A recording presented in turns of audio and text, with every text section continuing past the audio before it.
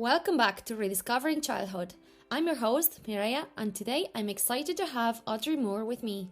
Audrey is a social care professional with over 18 years of experience in leadership, training, and consultancy in the disability and social care sectors. In today's conversation, we explore a variety of important topics around human behaviour, communication, and attachment. Audrey shares insights on understanding triggers for challenging behaviour, strategies for supporting people with communication difficulties, and the impact of early attachment on relationships. We also discuss how our understanding of needs, whether in children or adults, shapes how we support and connect with each other. Audrey's wealth of experience provides us with practical tools and thoughtful reflections for navigating complex behaviour and fostering deeper connections. Hello, Audrey. Tell us a little bit about how you ended up working in social care. Oh God, that's a very long story that you could probably hear on my own podcast. But I suppose just briefly, when I went to college, and this will surprise a lot of people, I did science. So I did science in UCD, and then in second year I had the option to do a module in psychology. So I took that. And I really enjoyed it, and I ended up following psychology through to the end and getting my bachelor's in psychology. And then I started working after college I suppose I should go back a little bit. So I suppose during college, I would have volunteered a lot on youth leadership programs, on kind of helplines and various different things. And I kind of liked that work because it allowed me to help people. It allowed me to really give to other people. And then when I was finished college, I suppose the world was my oyster, and there was a lot of different jobs to choose from. But one that I did end up working in was a special care unit. And that was working with young people it was essentially in special care under High Court order. It was a fairly new concept at the time. This was the early 2000s. The unit I was working in had just been built only a couple of years before that. It was a secure unit, which meant locked doors, plenty of keys, lots of staff, no expense spared. And the young people I was working with, looking back now, I suppose they were very traumatized young people. When I think about it, they probably didn't have much of a chance in life. And they ended up making difficult decisions, maybe decisions that you and I wouldn't have made about their life. And also their early trauma was manifesting through their behaviours. So there was a lot of verbal abuse, physical abuse, a lot of absconding or running away from the centre, putting themselves in dangerous situations, whether it was drugs, alcohol, various other things I'm sure you can imagine. And that was a tough job. That was a really tough job. We were dealing with challenging behaviour, difficult behaviours on a daily basis. And the staff turnover, it won't be a surprise to you, was very high. So after only a year there, I was like one of the more senior people, even though I was only just over a year out of college. And, I suppose I've spoken about this on other podcasts about the burnout that can happen as a result of the work itself and the behaviour and different things that you see. But I decided to move on after that, and I moved to a disability service. And so I was working with adults with intellectual disabilities in residential care. These adults lived in community homes. They lived in normal homes in the community. There might be maybe 3, 4, 5 people living together. And basically, as a social care worker, we were supporting them to live a normal life. So things like helping them to get up in the morning, maybe give medication, ensure they get to work. So there might be a car in each house. You make sure they get to work. You might help them to work on their goals. So they could have various different goals, like maybe improve their friendships or have better health, or maybe go on a specific holiday, or maybe they want to develop a skill or something like that. So you're helping them all the time to develop goals. And you're making sure that they maintain connections with their families. And it's almost like, it used to be called a house parent, because it's almost like you're a parent, a lot of the duties you have as a parent. But actually, our role there was very much, you were everything. You were a driver, a teacher, a cook, a cleaner, a counselor, you were doing everything for people. So I really enjoyed that work. But I have to say, between the two, I suppose the two different types of works, special care and working with people with disabilities, and it wouldn't be unusual, I suppose, in social care to come across behaviour that challenges. And there's an awful lot of training that you're offered working in these services. That's nearly always one of the mandatory trainings that you have. And so over the 22 years that I worked in social care, I ended up over the years doing loads and loads of different types of behaviour support kind of courses. So they had different names. So you're talking about therapeutic crisis intervention, crisis prevention and intervention, managing actual and potential aggression, positive behaviour support. There's so many. And then the most recent one that I've trained in is, it's called PETMA. And what that stands for is Professional Ethical Therapeutic Mindful Approach, PETMA. And that training is provided by the National Institute of Intellectual Disability Studies. And it's really good. And I find I actually ended up teaching a challenging behaviour module in a social care course when I was teaching there. So who is it for, and why would they do it? So it's normally for staff of anybody working with somebody who might have a little bit of challenging behaviour or communication difficulties. And I know that there's a lot of schools now training their teachers and their special needs assistants in it as well. And I think, having done so many behaviour support courses over the years and implementing them, so you don't just do the course, you actually implement the training, this is the one that is the most ethical, I think, of all. And I really, really like it because of that, because you're not just taking into account the behaviour, but you're actually looking behind it. And it's like the positive behaviour sport. You're looking at what is the function of the behaviour, or what is causing, what is behind it. Because we know that all behaviour is communication. And like, very simply, it can be broken down in a number of different ways. So one of the simple ways it can be broken down is, and I feel like I've gone off on a tangent here. But You're not talking about okay? you anymore. I'm not talking about No me. problem at all. I It's think- going where it needs to go.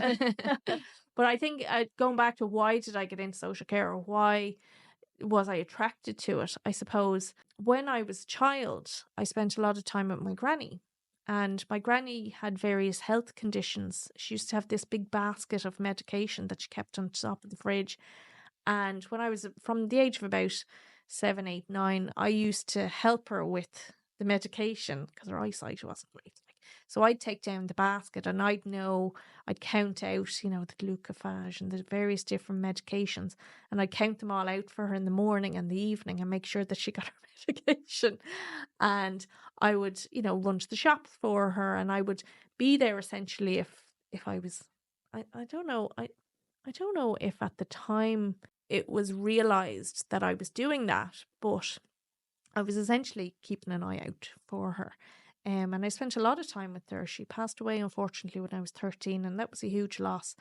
But I think that kind of care piece stays with you. How powerful it is, isn't it? Having those Yeah. meaningful experiences as children Yeah, that are going to shape our future absolutely. without even realizing at the time. Yeah, and some people might say, oh, like, that I shouldn't have been doing that. Yeah, we or- feel guilty a lot for things that are actually teaching something to our children, and Yeah. they will be beneficial at some point. Absolutely. And I think that always really stayed with me. Now, having said that, I couldn't bring myself to work with older people when I did actually go looking Okay, for jobs interesting, after yeah. college. I did go into a nursing home at one stage for an interview, and I got the job, but I couldn't bring myself to work there. No, it wasn't your granny. It wasn't. No. No. But the other work that I was doing was, like, I really enjoyed that. I really enjoyed working with especially people with disabilities. And it's funny because even now, and everything I'm doing now, I'm podcasting and teaching and a consultant, I still do the occasional shift with people with disabilities because I really like that frontline work, and I feel that it grounds me in the work as well. So, sometimes you might talk to a lecturer in a college and maybe they haven't done the work that they're teaching about in a long time. whereas I am still doing the work. Do you know what I mean? So I feel for myself, I can say, yeah, I do know what I'm talking about because I'm still doing the Yeah. work, you know. Yeah, it's a much more understanding and empathetic talk and teaching that you can provide Y- because you're in it Yeah, and you can absolutely. relate to it. Yeah, and I found that even when I was working in that service and I worked my way up, I was a supervisor and then I was a residential coordinator for a number of years. And I found that the work that I really loved was the frontline work. It was working with the people, you know, having the crack and supporting their needs and just the fulfillment that comes from that, from just knowing that you've supported somebody to get their needs met across the day, you know. Yeah. What's the most challenging thing you've ever done business-wise or professionally Professionally. or in your life? Or Okay, so I suppose when I was a supervisor and manager, I would have had to deal with a lot of disgruntled people, let's just say. Not necessarily the service users, but maybe families or neighbours or people in the community who would have some issue with maybe the service or a service user. And I found that quite difficult because, well, first of all, I had to think on my feet, but also I found that sometimes when people are very upset, disgruntled, they're not always thinking straight. And sometimes they make these assumptions. For example, we had a neighbour in one of the estates where our houses were situated. And the house was there for like 15 years or longer. But this neighbour had only moved in a couple of years. And he kept ringing me up, complaining about the house, the service users. And really, I felt if it had been another neighbour that he wouldn't have been making those complaints. Silly stuff like the bins were left out an extra day or the burglar alarm was going off and nobody turned it off. Or, you know, somebody was driving on the grass verge and it was gone a bit mucky because it was the winter. And I just felt that they're kind of things that happen in a housing estate normally, and you wouldn't necessarily go to your neighbour and complain about. Well, maybe some people do, but it's probably something else going on and that's kind of on top of it. And they just complain to whoever is most available, which is you. I felt that we were an easy target. Yeah. You know. Yeah. We were an easy target. We weren't going to fight back. We weren't. Do you know what I mean? So I think sometimes that was difficult, but I felt that underlying that there was an attitude that, you know, people with disabilities shouldn't be living in the community, that they should be living in maybe a congregated setting or some centre away from other people. And because we spend a lot of time trying to integrate people with disabilities into the community, and that can be really hard, advocating for them. And then to come up against attitudes like that are they're so different to our own personal values, because our own personal values are around inclusion and advocacy and trying to have people accepted, and then you come up against these kind of brick walls, and it's that can be really difficult, especially when like it's continuous and they're continuously and they just don't listen to what we're trying to say about inclusion and advocacy, because in their head these people shouldn't be living here. So that was quite difficult, you know. What are the things that we can do to have a more inclusive world? Oh my God. System. There's so many things that can be done. Let's start at home. At home. Okay. Well, I suppose talking to our children about, you know, inclusion and not leaving people out. And I suppose that's something that we can do from a young age, you know. And that's just to do with kindness as well, isn't it? Oh my God, absolutely. And understanding the other person and empathetic behavior. How do they feel? And it all links with, you have to say sorry. Well, no, you don't have to say sorry if you don't mean it, but what's behind that? Yeah, absolutely. Like, I suppose some of my children would have had people in their class who had various disabilities or neurodivergence, and sometimes I would hear them complain about, different things that happen in the class, this person's disrupting, that person's doing this, that, and the other. So I would always kind of say, have a more compassionate response and say, yeah, but they might need additional help, or yeah, but, yeah, but we have to include them, or we have to make sure that they're included in what's happening in the class. And yeah, sometimes teacher needs to spend a little bit more time with that person, but that's okay, and if you needed extra help, you would get extra help as well. Yeah, I So think we underestimate how much children can actually understand about why they behave that way. And if we could explain to them that why, the same as we would to another adult, well, this is why they're, as you're saying now. I remember the other day there was a child, my daughter was building a little mud cake in the sandpit outside, and one of the neighbors came and destroyed it. He's like, no, don't do that. And I'm like, he actually just wants to play with you, but he yeah, doesn't know how. yeah, And he's just trying to get your attention. So he knows that by doing that, you're going to talk to him, whether he's shouting but you're going to interact with him. yes, But like you're negative attention. grower. No, you're older. Yeah, exactly. So I said, you're older now, so you can show him, oh, let's rebuild it together. Yeah, And you, by doing that, you get to build it again. He's going to help you, and he's going to learn how to interact in a more positive way. yeah, He's like, okay, yeah, you get to be absolutely. the teacher. And she Yeah. loved that. I love that. But also something that I suppose that I would have done naturally was, if ever I saw somebody that I knew from maybe the centre, or from or who had a disability, I would always say hello to them. And, just say hello, and, so my kids learned, because sometimes, especially when I spent time with people with disabilities, they would be ignored. Very often they would be ignored in society. Like, even sometimes you might be in the pub or in a cafe or restaurant with a couple of people with disabilities, and the waiter would come over and they would talk to me, and they wouldn't talk to the person with disabilities. And I've seen a doctor do that as well, where, they talk to me instead of the person, and the person's very capable of speaking for themselves. And sometimes I would play dumb. I would pretend I didn't hear them, or, I'd put my head down, or I would just point to the person so that they would speak to them instead of me. Like, I remember being in the pub with a young man one night, and he ordered a pint of beer or whatever. And the barman looked at me and said, "Is that okay?" And I just put my head down, said nothing. I don't know. I mean, this is an adult, Yeah. it's just because they have a visible disability, it doesn't mean they can't make decisions for themselves. So yeah, I suppose it's normalizing the integration, normalizing that people should be out and seen.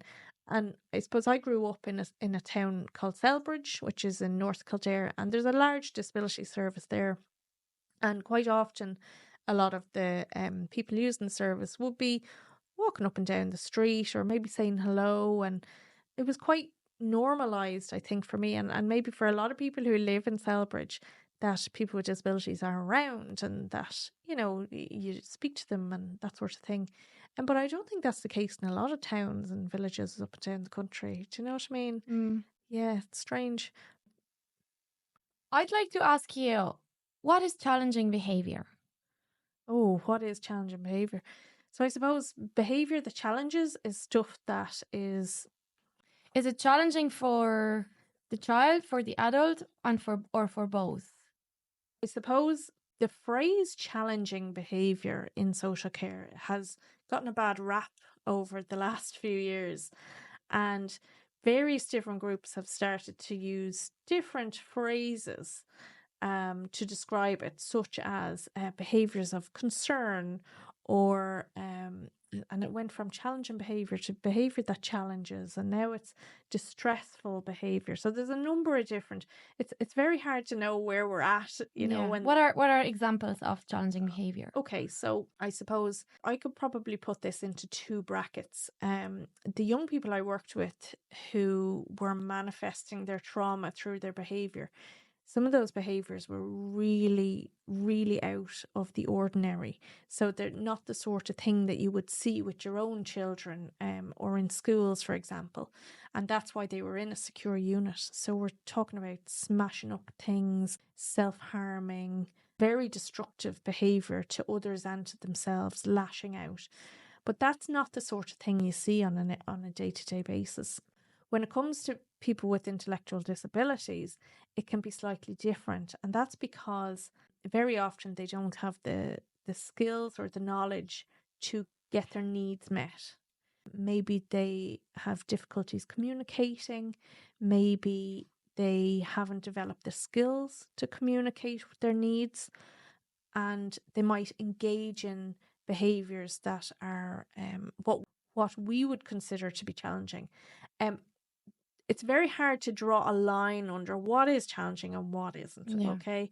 But I did have a mentor before who kind of explained it as the Tesco test, Okay. right? So if this behaviour would be normal in the aisle of Tesco, then that's, I suppose, what would be considered normal. And I put that in And I've seen a lot in Tesco. But like if you had a toddler that's thrown a tantrum in an aisle in Tesco, I would consider that to be normal. But for a parent who maybe is having to deal with that tantrum, they would find it very challenging. Yeah. Do you know what I mean? Like I've seen it quite often as well. But I've also had it happen where, one of my children wanted something and, the answer was no, because it was Just pushing those limits a little bit. pushing the So, boundaries. yeah. Yeah, absolutely. And they threw themselves on the floor and Yeah. screamed and Have you seen this ad where the parent does that to show the kid Yes. when the kid is screaming, and then the parent starts doing the exact same, and then the kid feels so embarrassed that it just stopped and walked away? I think it's have. brilliant. It is hilarious. And look, I suppose that same mentor also told me that sometimes when things were really, really going south on a unit, working with, I suppose, young people in care, and she just did something completely crazy and off the wall, and it took everyone's attention away from the behaviour and to her, and like, oh my God, isn't she really weird? Like, get down on the floor and start licking it or something like that. Why not? But it kind of diffuses what's Distraction happening. works. Yeah, oh, Yeah. absolutely. But I suppose we need to remember as parents, and I probably didn't mention this before. You'll probably mention that I'm a mum of 3. All behaviour is communication, okay, no matter what. And even for those young people in special care, their behaviour is communicating that they can't maybe cope with what's going on, that maybe that they haven't been taught the skills for dealing with certain situations, or maybe they're triggered by their trauma. But all behaviour is a message, and generally you could probably break it down into 4 different areas. There's an acronym for it called SEAT. So sensory, escape, attention, and tangibles. So sensory is maybe they're overwhelmed by what's going on.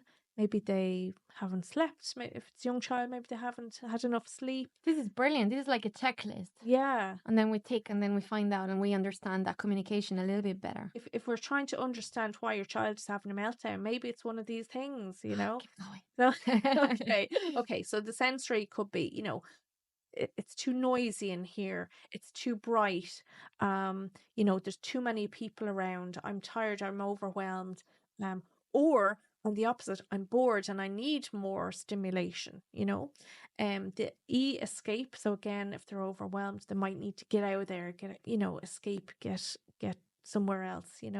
A is attention, and I'm not talking about like, sometimes in the past we would have heard the phrase, oh, she's just looking for attention. Yeah. It's not that. We all need attention. We all need to get people's attention sometimes. And you might tap them on the arm, or you might have an appropriate way. Your child might have an appropriate way to get your attention. They might have an inappropriate way to get your attention. And I'll give you an example for that. So when my kids were toddlers, if I was speaking to someone else, they would constantly interrupt me. Mammy, mammy, mammy. Constantly. Oh my God, Yeah. it was all the time. And it was quite frustrating for me. And then I ended up getting annoyed with them. Yeah. Okay. So what I taught them to do was, if they wanted my attention and I was already speaking to someone, they would come over and put their hand on my hand. Okay. And Okay. then I would put my hand on top of them To acknowledge. to acknowledge that I know that they're there and they want my attention. And then as soon as I'm finished my sentence or my whatever I'm saying, I'll turn to them and I'll say, can I help you? Is everything okay? That's really And good. then they'll like be like, Mommy, look at me. Do you know what I mean? Yeah. Like, because they love your attention. Yeah. And that was really, really effective. Oh my Yeah. God, I can't That's tell great you how because effective time that is a was. very abstract concept. So they don't know how long you're going to be talking to this person for. So they don't know when you're going to give them the attention. So by you doing that, it gives them kind of like a limit. It's like a Exactly. timer Yeah. that they can switch on. And you can't leave it too long. You can't leave them Yes. there with their hand for like 5 minutes. But you can start off small, even if like put your hand on theirs and, you give them the attention straight away. And then the next time it could be, 10 seconds next time. And you can waiting build is it really up. valuable as well for them, being patient. Well, It's a great skill. It does teach them waiting and tolerance Mhm. skill, coping and tolerance skills when they want your attention. Because like there's nothing wrong with young people, children wanting your attention. It's normal, it's natural. But I suppose we have to be teaching them that, Yeah. that waiting is okay. You have to learn how to And wait. they're going to be waiting a lot in life for so many things. So Yeah, it's a exactly. great way to do it. And then the last one for seat is tangible. So they want something that they can't have. So God, you see stuff on the internet all the time where, people put up pictures of their kids crying and they're like, they wanted, and it will be something ridiculous. But like generally they will want something. They might want in the shops the rows and rows of sweets, they want something from there, they want everything, or they want a toy, or they want, or maybe it's they want a glass of water, they need a drink, they want something to eat, okay? And if they don't have the skills yet to communicate that to you, then they may end up behaving in a way that you might find challenging, if you know what I mean. So I think there's a number of things that we can do. Is it the brain that's not fully developed yet, that they just want this now, right now, and they don't even think about they might have to wait, or you might say no? Well, I suppose. Or do we do the same as adults? All children have to learn boundaries, and sometimes they just want what they can't have, I went shopping last week, and my daughter is she's mature, like she's like a granny. She's like it's like she has the experience of an older person, that like she told me that I should sometimes say no to her, because it's not good that I always say yes. Oh, wow. And I'm like, I don't always say yes. But she's like, but you always buy me toys when I ask you for it. I'm like, but that's because I have a problem with toys. I want them for myself, so I use you as an excuse to buy all these toys. She's like, no, Mommy, you have to say no to me. It's not good to say always yes. But I'm sure it'll be different. But that's. But if I say no, then that's your knee-jerk meeting. But yeah, I'm sure if it was sweets or fizzy drinks or anything, you'd be very quick to say no, right? Yes. Yeah, and exactly. I suppose my kids were like, they came quite quickly together. So there's only 2 years between each of them, and I would have had to say no a lot to them. So at one stage I was like, my default is no, okay? Whatever you're asking for is no. And then, if I have a think about it, and then I might change my mind and say yes, but my default was just set their expectations no. right. Yeah. My son always comes to me, Mommy, I know you're going to say no, but can I have this?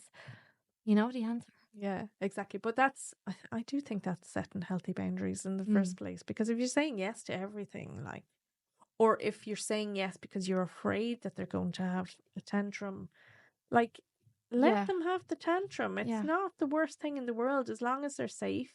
And I think sometimes, I don't know, I think sometimes people take it personally when their children are acting out, but it's not personal. Like, all the training in the world that I've had in, young people in care and people with disabilities and various behaviour management, whatever. And my children still had tantrums when they were little. They still acted out. We still had our moments. So like, they have to have it. Yeah, they have. Yeah. That's how they learn. That really is how they learn. I think that's to do with judgment a lot, between parents being like, oh, look, they're acting like that, and thinking, oh, that's bad parenting because they can't set limits or boundaries for their own children. That's why they're behaving this way. But I think it's our own inner voice telling us we are bad parents because look at the way our children are behaving. Or maybe we're afraid to be judged by other people. Yeah. Because we might act differently at home by ourselves if the child is having a tantrum, compared to if we were in the aisle of Tesco and the child is having, you're like, come on, get up. like, It's always we have to Tesco, go. isn't It's always always happens to Tesco. it? But yeah, so I do think there's a fear of judgment rather. And I think that it's very hard sometimes not to take things personally, especially if the children are getting a little bit older and they're starting to get a little bit cheeky sometimes. But that's them again pushing the boundaries for you. And it can feel personal sometimes.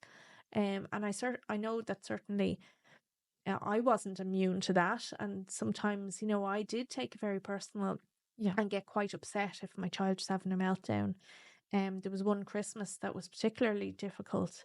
I won't go into the details, but just one of the children was having a meltdown because the other child got something that she Okay. perceived was better than something that she got from Santa. Like as a parent and as mom, you do your best to make sure that everybody has amazing things for Christmas, that Christmas is special and magical, Yeah. and you do all these things and you work yourself to the bone basically to try and make sure that it's a special time. And then It can feel so ungrateful. yeah, it can definitely feel that way. But I suppose we need to remember that no matter what age they are, they're still learning, and it's not personal. It's not. It's not. No matter how personal it feels, it's not. And if we take it personal, then we are not going to be regulated enough to help them to regulate themselves. As parents, when your child's having a tantrum, if you're starting to get anxious and upset, then how are you going to help your Yeah. own child to regulate their own emotions? How do we regulate ourselves as adults? Oh, good question. Well, there's a lot of different things we can do. We can be aware of our triggers. We can remember to breathe and just, I suppose, in the moment, remember that it's not personal, and manage our own emotions in the moment, because it can be upsetting, can be very upsetting. What about you? Have you ever had to, does that ring a bell with you? As in my own regulation. Yeah, and getting upset when your Oh, children might be 100%, upset. yes. And that's why we were struggling a lot with behavior at home. And instead of seeking support for my children, I seeked. Thought. I sought for support for myself first, Oh, because yeah. I put my own life jacket first. Oh, that's really good. And so I've been doing coaching and therapy since for a very long time. And when I found that that started working, I built up my emotional resilience. I'm a calmer parent, more balanced parent. And I use more positive words as well, more understanding my children. Then I'm getting now support for them as well, Oh, whether I it's love play that. therapy or whatever. But there's no point spending money in play therapy for them when then they come back to work and then come back home and something that they do triggers me and then I start shouting or whatever. It's not going to work. Yeah. So I said, no, I'll look after myself first so I can look after them. And then once we're all ready, then, and it's made a massive difference. I love that. I love that you put on your own life jacket Yeah. first. And I suppose my training and my experience in social care has given me that resilience and that ability to manage my emotions, because I would have had some very hairy situations and very difficult situations, I suppose, over the years. But I see it in my husband, because when my children were maybe acting out or the tantrums or whatever, he would kind of, his energy would like go up. It would raise his his voice would go up. He didn't have the calm demeanor that I was kind of sitting there with, and he was like, how can you be so calm? um so I've seen him having to learn how to regulate his own emotions when the children were being challenging. And that's been interesting. And I didn't really consider beforehand that this is a skill that you have to develop. And okay, I had the skill from my work, but other parents maybe who don't work in social care or with children don't have that skill, and they have to develop it over time. Yeah. We take it for granted, and it's really something we need to learn. Yeah, absolutely.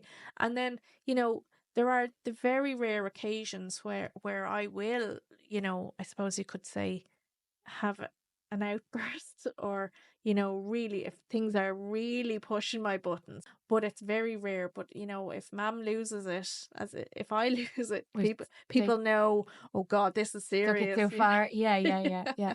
But even recognizing that, I remember it was a few weeks ago, and I said to my kids, "Look, my patient is gone. My patience is gone. It's all gone. Like I have a cup full of patience, and it's been draining, and it's all gone. So I'm about to get really angry. It's nothing to do with you. I've had a really hard day, and it's about recognizing this, sharing this with them. And I said, I need a little bit of space.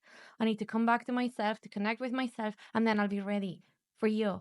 But I really need a little bit of space because I know anything they would have said or done at that moment would have triggered just the end of me. And I said, I don't want that. Yeah. So just to be able to recognize that, to share with the kids. And they were like, oh, okay, let's go play with Lego. Yeah. And I suppose, you know, some people might be very slow to acknowledge that. And you and I now have both said, we're human. We're only human. We're allowed to. We're not robots, you know, and I'm Not sure yet. I'm sure every parent out there has experienced this where they've just been at the end of their tether. And, you know, it's not because you're a bad parent or a bad person. It's because maybe you haven't had enough sleep. Maybe the children have been up, you know, crack of dawn. Maybe something got broken this morning. Maybe there was no milk in the fridge when you got up. Maybe something went wrong in work, and you know, anything. And it all builds up, but it's about recognizing it, accepting it. Absolutely. It's cumulative. And then know what you need to go back to where you need to be. Absolutely. And then you have to go home maybe after a long day's work. Yeah. And maybe the kids are fighting. Maybe, you know, something went wrong. Maybe somebody's sick. Maybe, you know, there's so many variables, and we are only human. We need to have compassion for ourselves as well. Yeah, and appreciation for what we do. Because sometimes I find I actually did, because I have a to-do list. We all have lots of to-do lists, a very long to-do list. We all do. So I was going, it was for a while that I was going to bed thinking everything that's on my to-do list is still on my to-do list, but I haven't stopped all day. So what I was doing is journaling and writing down all the things that I did. Because it wasn't on my to-do list. It was all things that kept coming up during the day. And I wasn't allowing space or time for the, you know, to be flexible for all the things. I was like, okay, 10 o'clock, I'm going to do this. At 11:30, I'm going to do this, and blah, blah, blah. And then all the things that come up delay the things that are supposed to be done that day. Yeah. So I'm like, what am I even doing? So just by appreciating all the things that I made lunch for the kids. So they had a really nice lunch and healthy or whatever. And then I brought them to the playground because I was supposed to be doing this, but it didn't work. We all need fresh air. So I brought them to the playground. They got so much play and so much fun.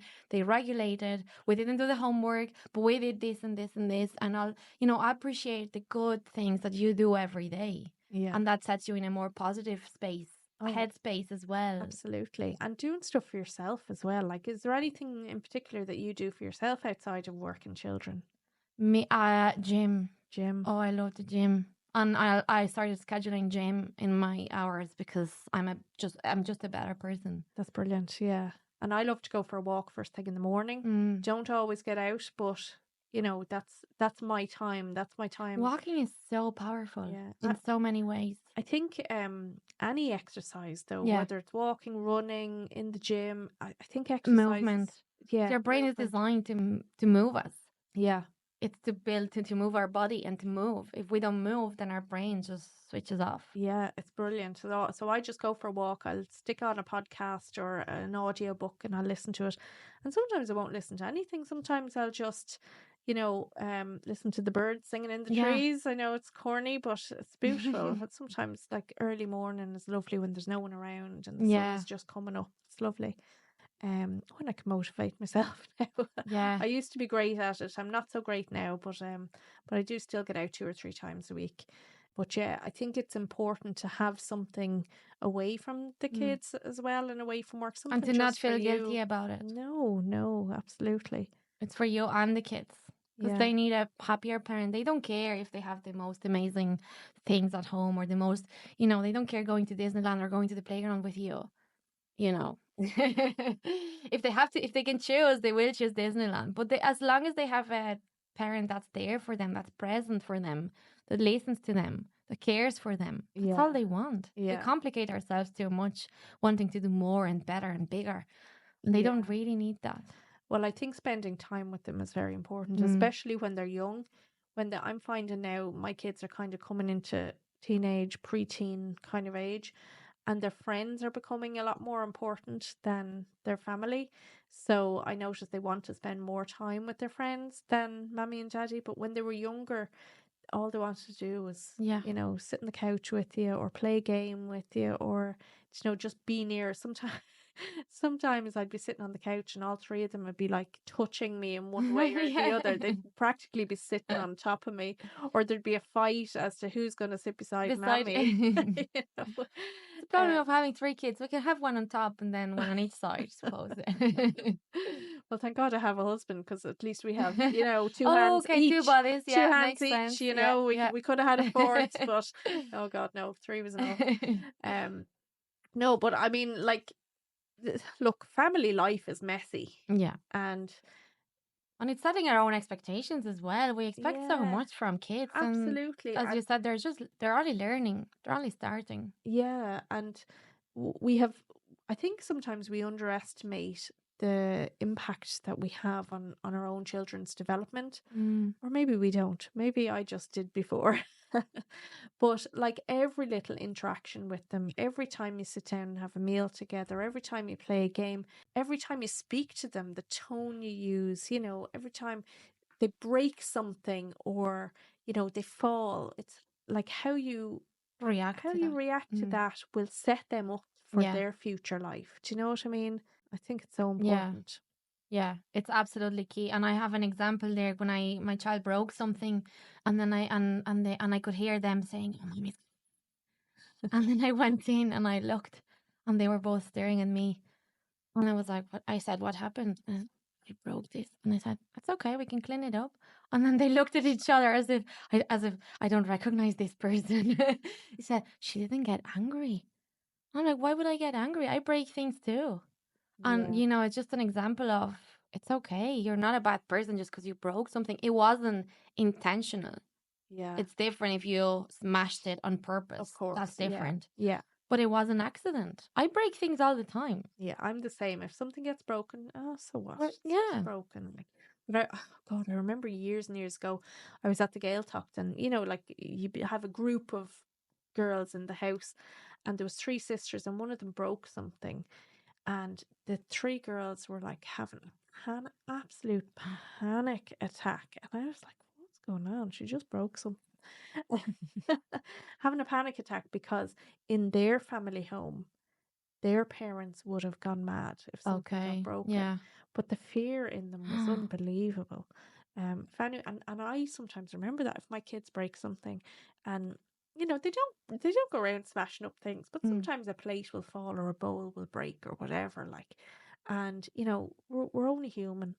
Yeah. Well, I find really challenging as a parent in relation to this is finding it's that fine line between being a playful parent and understanding and it's okay, no problem, and be strict and be like, no, this is not okay. And crossing that line, that's where I struggle sometimes that, okay, let's play with the ball, but now it's enough. We need to go to bed. We need to brush teeth. We need, and setting those limits. Yeah. And it's going from one side. I'm the only parent at home. Okay. So it's always me both. It's usually one more like, let's play. And then the other one will, no, let's go to bed. But in my case, it's me both. So going, like we might be playing games with the ball, like throwing the ball at each other and see how many times, we hit each other, whatever. And then suddenly, okay, enough. We have to go to bed. You brush your teeth, you put your pajamas on. It's just finding that transition. That's what I struggle sometimes. And would you ever kind of put in like a warning shot? So like, oh, we'll have 10 more minutes. This is great Yeah, fun. so We'll I have 10 say more minutes of this and then we'll get ready for bed. That's a really good one. Yeah. So I'll be like, we're only going to throw the ball 10 times and no more. And then, okay, we have 9 times left and no more. But I have to remember to be saying that. Yeah. And I used to have to do that with the TV. I used to have to give a Yeah. warning shot. Yeah. Now you've 10 more minutes left and then Yeah. the TV's going off, or you 10 or 5 more minutes, or if the dinner's nearly ready, I'd say dinner be ready in 5 Yeah. minutes, just so that, because sometimes if they're in the middle of a TV show, Yeah. and then if you're like, turn the TV off and come for your dinner, they're like, oh mom, Yeah. but if they have a warning shot, then they kind of know that Yeah. that it's coming. That's very important. Yeah. And I sometimes forget that. But yeah, that really helps, definitely. Yeah. Yeah, I think so, because like we said before, all behavior is communication, and we said the seat thing, but there could be other things. Like I have this other great acronym called Pinch Me. Mm. Okay. And this is maybe talks about triggers to kind of aggression or acting out. Okay. And mostly we use this for young people or people with intellectual disabilities who might be nonverbal or have poor communication skills. And the pinch me stands for, are they acting out because they're in pain? Okay. And they can't tell you. Or is there some kind of infection or illness that, again, they can't tell you about? They don't have the words, they don't have the vocabulary to express. Are they hungry? Is there, Always. Always. yeah, like, sometimes with toddlers or babies, they're crying or they're acting out, and Yeah. they're either hungry, they're Yeah. tired, Yeah. or, they're overwhelmed. But yeah, the hunger piece, because they might not be able to tell you. Their tummy could be grumbling, but they might not be able to tell you. Are they constipated? I know a child who used to act out every now and again, and it turned out that It's just the pain and she uncomfortable. was just uncomfortable. She wouldn't eat her dinner.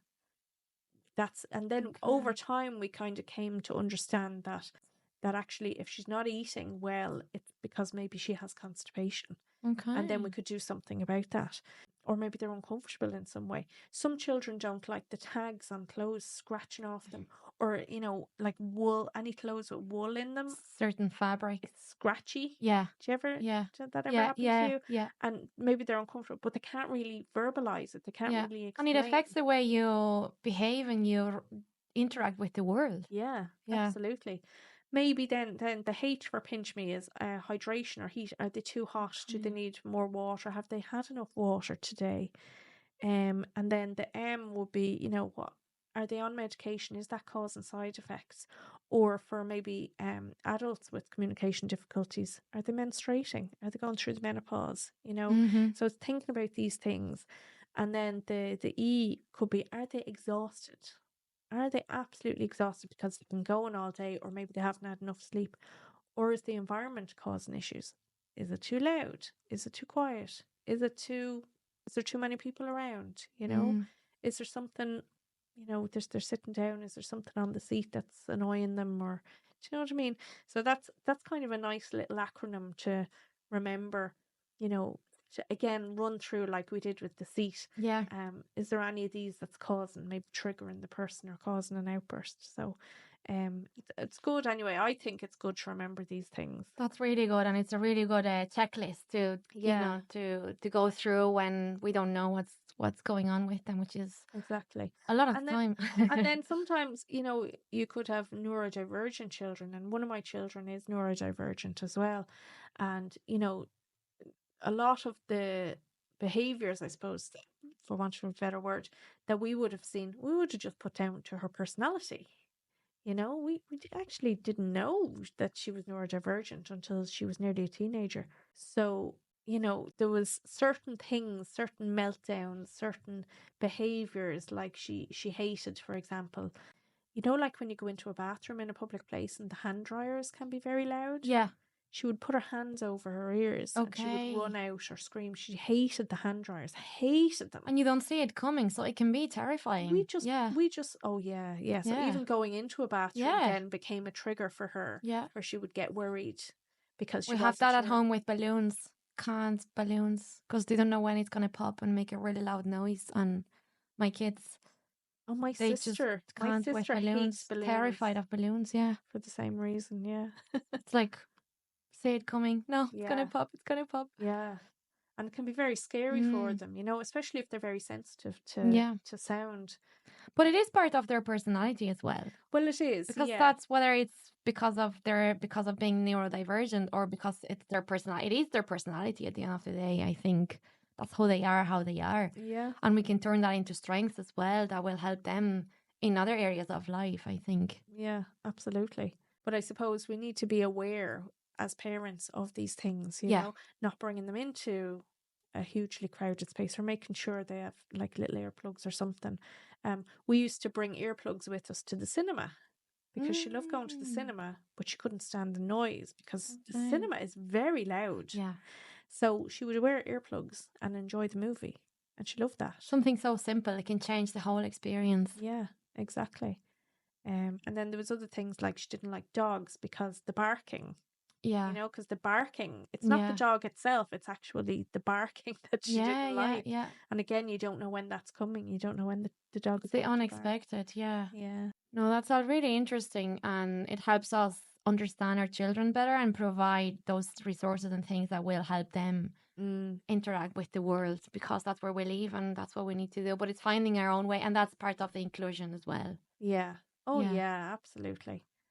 How important is the attachment between the parent and the child, and how can we support a healthy attachment with our children? Well, attachment is everything, and it starts from the moment the child is born. It doesn't matter whether you breastfeed or not. But it's being there for the child, being there when they cry, that you're there, you're meeting their needs. That builds strong attachments with them. And you've probably heard of attachment theory, have you?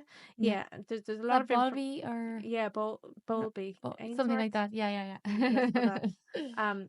I won't go into the exact theory around it at the moment, but I do know that from the moment the child is born, if you're meeting their needs, that's the basis of building a strong attachment.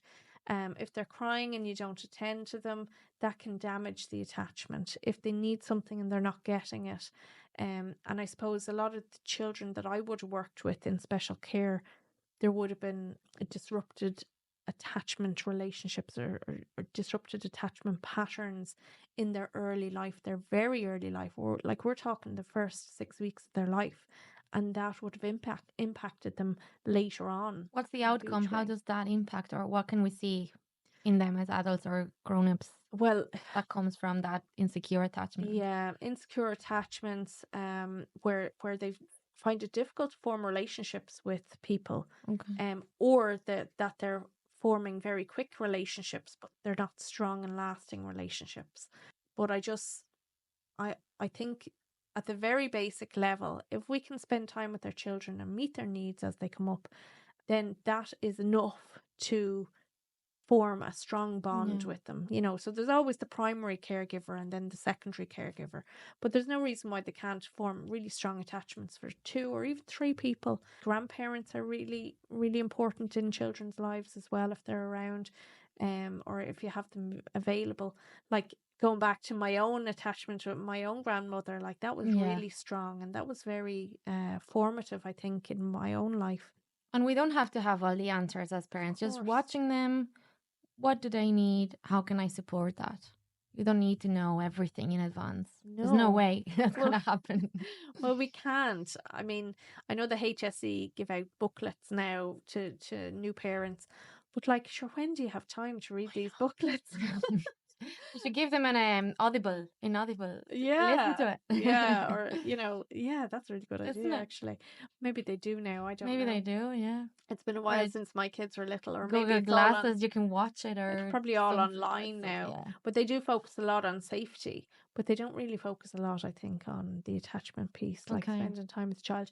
Like even when they're a couple of weeks old, like just that touch, just the eye contact is so important. Speaking to them, there's been studies that have shown that the more you speak to your child, even as a very young baby, the better their vocabulary will be later on. And all the speech delays now come from the lack of that because of phones. I wouldn't be surprised. Yeah, it's so big now. As a new parent, it can be a little bit strange. You feel a bit weird just talking away to your baby who's not talking back. We all talk to screens, so why wouldn't you talk to your baby? The screen doesn't talk back either. But it's really really good for their development. Yeah. In every way. That touch, the tickling, the playing little games with them. Because they start making connections between your words and what they see and what they feel and what's there. By making those connections, then eventually, it's like when I learned English, and there was a lot of words. You can always, when you're learning a new language, you can understand way more that you can speak. But then eventually you start using words that you've never used before. Like I said one day, I said, "Oh, that's grand." you know, like that's a very Irish thing to say. And I was like, I said that because I heard it so many times that it just became part of my own vocabulary. And then I said it. It was like, oh wow. But it's So the that's same how with it works. children. Exactly. They will pick up on everything you do, everything you say. They're little mimics. Yeah. They really, like, oh, my children used to follow me around, and you know, whatever I was doing, they wanted to do, whether that was baking or gardening or tidying up, even cleaning the house, they wanted to be doing it as well. Everything you do is learning for them. It matters. Yeah. And there's no such thing as, oh, they're too young. They won't remember. They will, because it all stays in our subconscious mind. That's and it. Those experiences build their confidence in everything they do.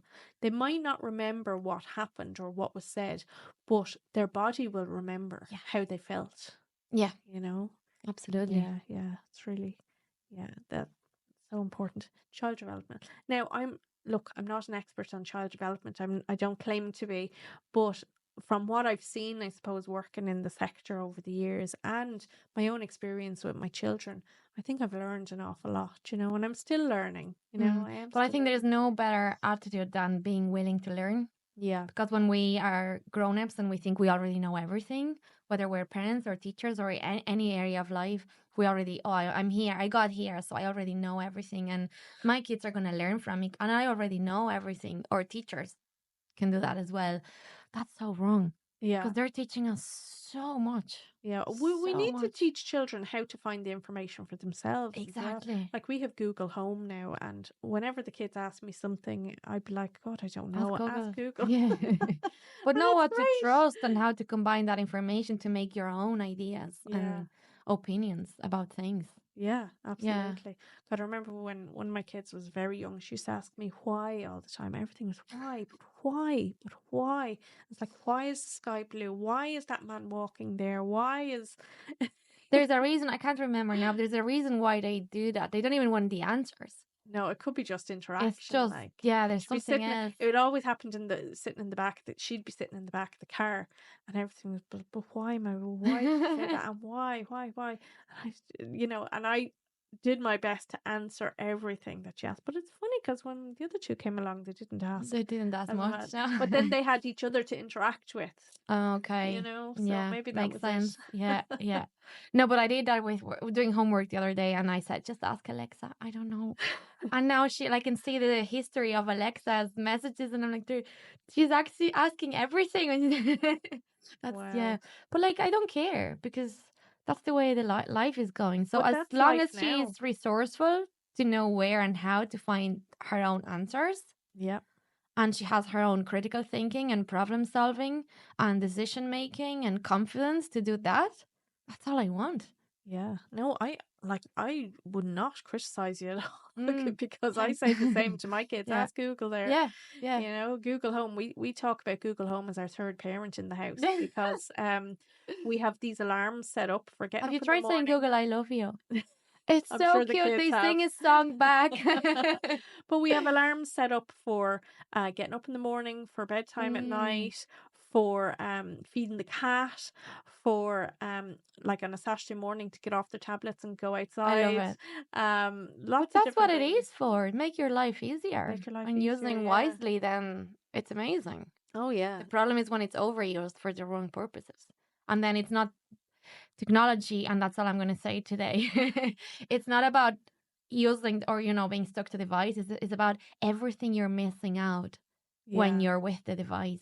If I'm on my phone, I'm missing out on connections and looking at people in the eyes and looking at the environment and discovering new things or being creative and coming up with new ideas, because I'm stuck on that screen on the phone. That's the problem. But finding the right balance, absolutely amazing. And I know you don't really want to talk about it, but there are protections you can put in place. Yeah. So, for example, we have set up that all the kids' devices go off at 8 o'clock in the evening. Okay. Now they're heading into the teenage years, where a lot of the schools are, they're asking them to use Google Classroom and look up this, look up that online. So they're actually having to use it for their homework as well. Okay. So that's like a little bit of a difficulty. And then we have to give extra time and stuff like that. The Wi-Fi doesn't come on till 8 o'clock in the morning. So, because I have one child who would get up at 5 to be on watching stuff, and So it doesn't go on till late. So she'll have like a little bit of time before she Very goes good. to school, and then sometime in the evening. But like, and then we have things like YouTube is blocked Yeah. because you just don't know what they're watching on these Yeah. things, you know. And yeah, so like my husband's really good at setting up these things and monitoring them. I can't say I'm as good. I'm just not. I don't have the tech, unfortunately. But I do think it's important because God Yeah. only knows what they could be watching or That's the looking at safety we online. provide to them, setting limits. Yeah. And now with technology, that's where limits and safety, and that's one of their basic needs, to feel safe. Yeah. And we need to add technology into that safety piece Yeah, in their it's lives. another Yeah. boundary Yeah. that we have to Yeah. set as parents for Absolutely. them. Yeah. Yeah. Audrey, thank you so much. There's a lot of food for thought here, and I really loved the seed and the pinch me thing. It really made me think and make things more, tangible and easier for me to figure out how I can help my children. And I hope everyone listening gets the same. And just before we go, if there is one piece of advice you can give to anyone listening in relation to their own children, what would it be?